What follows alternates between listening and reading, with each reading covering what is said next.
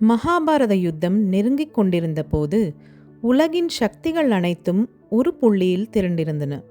தேவர்கள், முனிவர்கள் மற்றும் அசுரர்கள் கூட யுத்தத்தின் பாதிப்பு மற்றும் எதிர்காலத்தை பற்றி கவலைப்பட்டனர். அப்போதுதான் ஒரு விஷயம் அனைவரும் கவனித்தனர். அபிஜித் நட்சத்திரம். இது வானில் தோன்றும் போது யார் ஒரு செயலை செய்தாலும் அவர்கள் வெற்றி பெறுவது உறுதி என்று புரிந்து கொண்டனர். இது வெறும் பஞ்சாங்கத்தில் உள்ள தகவல் அல்ல, இது காலசக்தியின் இரகசிய உச்சி மூலமாகும். ஸ்ரீகிருஷ்ணர் யுத்தத்தின் சுழற்சியை கட்டுப்படுத்த வேண்டிய ஒருவர்.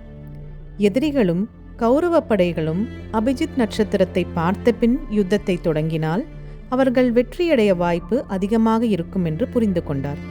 அதனால் கிருஷ்ணர் அபிஜித் நட்சத்திரத்தை வானிலிருந்து மறைத்து விட்டார். அது தெரியாமல் பலர் யுத்தத்தை தவறான நேரத்தில் தொடங்கினர். பாண்டவர்கள் கிருஷ்ணரின் வழிகாட்டுதலால் தனிச்சிறப்பான முகூர்த்தத்தில் செயல்பட்டனர். அந்த நட்சத்திரம் தேவர்கள் அறிய முடியாத இடத்தில் மறைந்துவிட்டது. தேவர்கள் இதை கண்டதும் யுத்தத்திற்கு பிறகு கிருஷ்ணரிடம் கேட்டனர், ஓ நாராயணா, வானத்தின் ஒழுங்கு குழப்பமடைந்து விட்டது.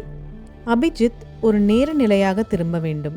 தயவு செய்து அதை மீண்டும் வெளிக்கொணருங்கள். கிருஷ்ணர் சிரித்தார். அபிஜித் வெற்றியின் ரகசியம். அதனை எல்லோரும் அடைய முடியாது. ஆனால் தர்மத்திற்காக செயல்படும் சிலருக்கே அந்த வாய்ப்பு கிடைக்கும்.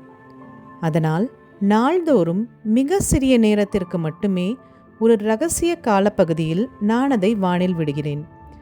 அதை அறிந்து பயன்படுத்தக்கூடியவர்கள் மிகவும் பாக்கியசாலிகள். இது தினமும் மதியத்தில் சுமார் 11:30 மணியிலிருந்து 12:30 மணி இடையே வருகிறது. இந்த நேரம் பஞ்சாங்கத்தில் குறிப்பிடப்படுவதில்லை, ஆனால் முக்கிய சுபகாரியங்களுக்கு மிகவும் உகந்தது என்று பண்டிதர்கள் கருதுகின்றனர். இதை விஷ்ணு கிருஷ்ணரின் நேரடி அனுகிரக காலம் என்று சிலர் நம்புகிறார்கள். இது ஒரு தெய்வ ரகசியம், பலருக்கும் தெரியாத ஒன்று. இந்த அபிஜித் நட்சத்திரத்தின் மறைவு மற்றும் மீள வெளிப்பாடு ஒரு தேவ ரகசியமாகும். அபிஜித் நட்சத்திரம் வெற்றியின் சின்னமாக இருந்தது, ஆனால் அது அனைவருக்கும் அல்ல. கிருஷ்ணர் யுத்தத்தின் மூலமாக தர்மத்தை நிலைநிறுத்த அதனை திருடினார். இன்றும் அந்த ரகசியம் சில நிமிடங்களுக்கு மட்டுமே வானத்தில் ஜொலிக்கிறது. அதை பார்க்கவும் உணரவும் அதை பயன்படுத்தவும் முடியும் என்றால் நீங்கள் அதற்கு ஏற்ப பழுத்தவராக இருக்க வேண்டும்.